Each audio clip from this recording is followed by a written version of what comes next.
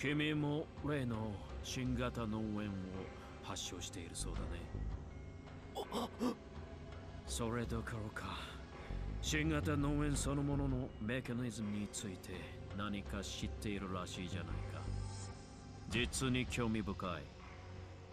君の持つその情報をぜひ提供してくれないか。何？簡単な施術を受けてくれるだけでいいんだ。そうすれば私は君を助手として迎え入れてもいい。 For some reason, my whole body broke out in goosebumps at the word procedure. The Dr. Luskin I knew, the man with the childlike, mischievous heart and deep scientific curiosity, the man who'd been so kind to me and the man I respected, was gone. In his place was the cruel scientific fundamentalist who'd thought nothing of human lives or hearts as he pointed a gun at me.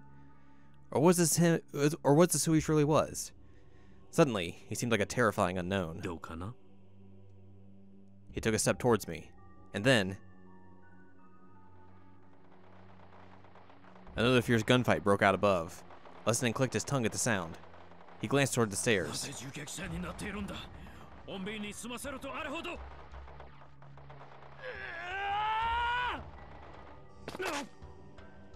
I took advantage of the distraction.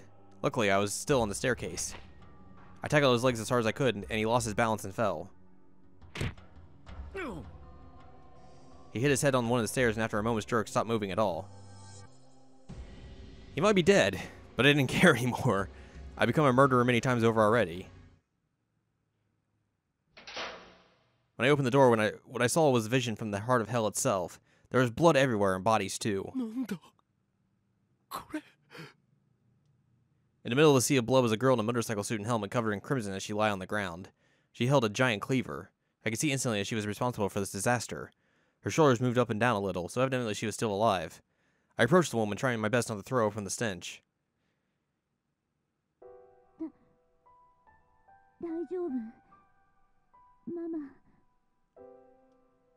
I could hear her voice from beneath the cracked, broken helmet. I looked closer and saw that some of the blow was her own. Her body was racked by bullet wounds, and her left hand was completely gone. It was a miracle that she had somehow survived all that.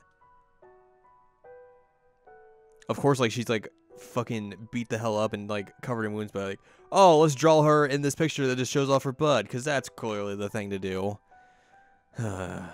She didn't seem to notice me. She slowly crawled through the blood. Not clawed. I followed her gaze and saw Mayuri huddled beneath the time machine. Suzuha seemed to be unhurt, but there was blood on Mayuri's face. I hadn't expected to see her here, and I was worried about her wound, but more than anything, I was glad that she was safe. She raised her face when she heard my voice, but the next moment her eyes locked on the girl in the motorcycle suit.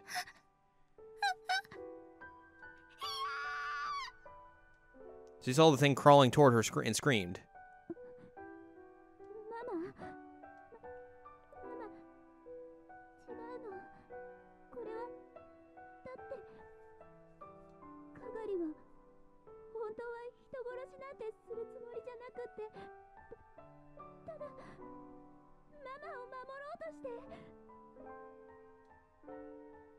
Kagari? Did she say Kagari? It was only then I realized that the girl in the motorcycle suit was the Kagari Shiina that Suzuha had been looking for. Also, her body would not be able to bend like that! Like, her torso is not on a fucking swivel. Stop drawing girls in fucking terrible positions and... oh, God. For fuck's sake. Suzuha yelled, unable to take anymore.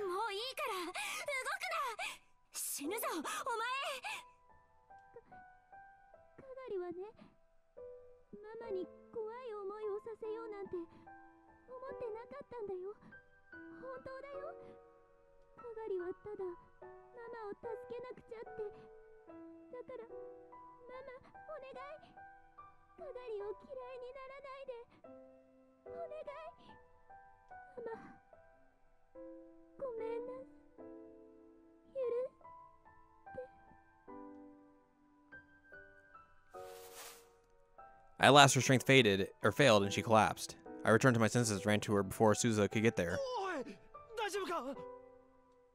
Her breathing was wheezy and shallow. One of the bullets had partly pierced her lungs. Pierced her wounds.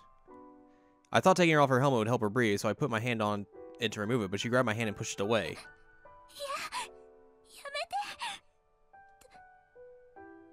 ないで。ママと鈴葉お姉ちゃんの前ではお願い。岡部さん。 Her voice and the way she talked.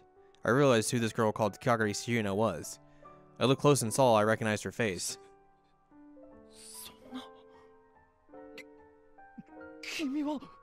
Wait, what? What? What? The fuck? I quickly motioned to Suzuha to keep her distance.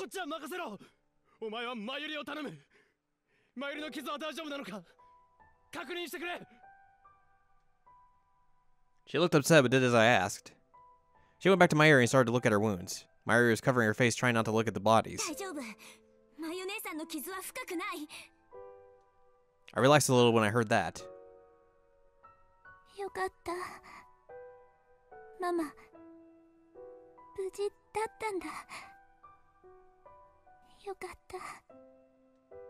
Kaguri's voice was a whisper as I cradled her in my arms. And then she slowly closed her eyes. Her breathing got weaker.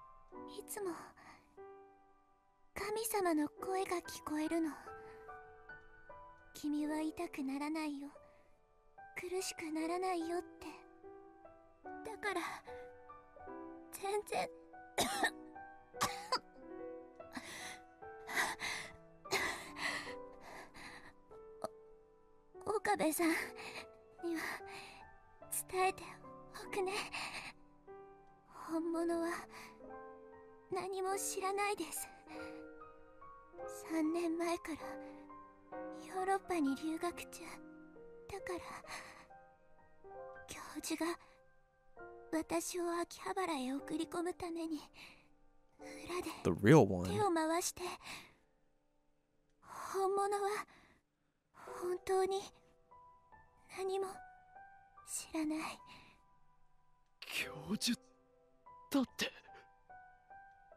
Did she mean?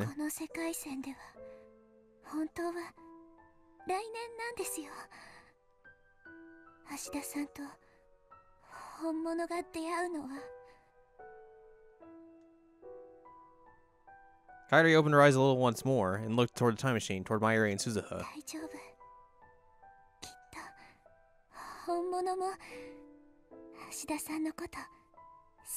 Oh, she's supposed to be, she's supposed to look like Yuki.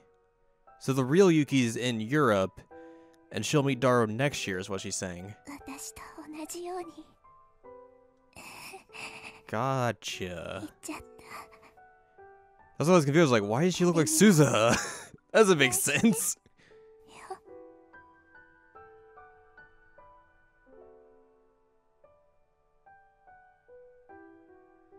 Which also coincides with the Yuki is the girl in the motorcycle mask, or motorcycle suit in the other world line.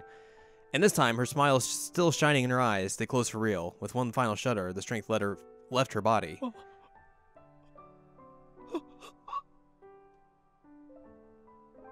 Her life faded away in my hands. There was so much I wanted to ask her. Why had she appeared before us using that name? There were so many things I didn't understand. But Kagari Shiina's life ended at that moment.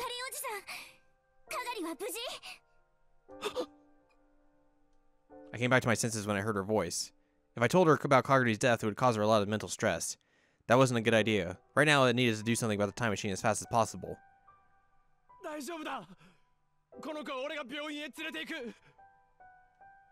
I slung Kagari's bloody body around my shoulder and stood up.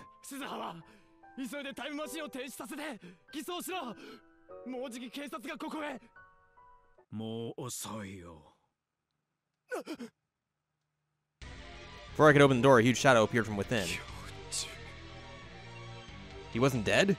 But he must have taken a lot of damage to the head because his face was the color of clay and one of his eyes wasn't focusing.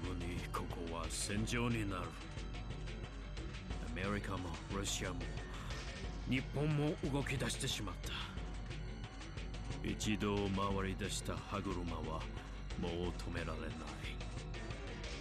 カガルイがもっと早く我々に報告していれば、ここまで事態は悪化することもなかったもの。Luskin knew about Kagari? Which meant that I was right. Masuda spoke before I could. そうか。お前が教授か。カガリを洗脳したのはお前だな。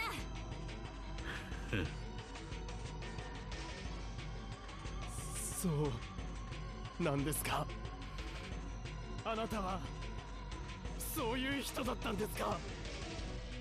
別にこの私が何かしたわけじゃない。Luskin didn't try to deny it. むしろ10年ほど前、路頭に迷っていた彼女を助けて、ここまで育つよう援助してあげたんだよ。援助って普通に生活してたら彼女がこんな風になるはずないじゃないか。そんなに怒鳴らないでくれないか。頭が割れそうにいたもんだ。嘘じゃない。彼女は自分の方から私に接触してき、整形までしてこの町に潜り込んだのも彼女のプランだよ。何でも頭の中の神様が全て教えてくれるんですが、最初私はホームレスの子供が食べ物欲しさにくだらない作り話をしているんだと思ったんだよね。彼女の脳や記憶を調べてみると非常に興味深く素晴らしいことが分かった。その神様というのはね。Even as his face twisted in pain, he smiled proudly. その神様というのはなんと未来の2036年の私 It's me, Austin. あんたは本当のマッドサイエンティストだ。Uh-oh. Suddenly I heard a siren down below. Just hearing the sound made me feel uneasy. I'd never heard a sound like it before. なんだこれ。 Air raid siren. ゲリラ攻撃情報。ゲリラ攻撃情報。当地域にゲリラ攻撃の可能性があります。屋内に避難し、テレビ、ラジオをつけてください。I heard that announcement coming from the speakers on the street. A guerrilla attack?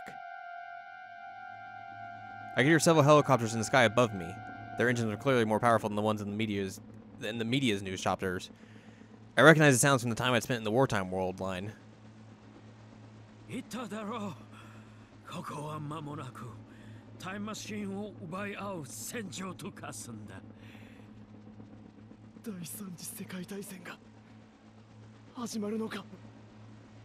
まさかこの町の住民も自分たちの都市の中心から世界戦争が始まるとは夢にも思っていないだろうね。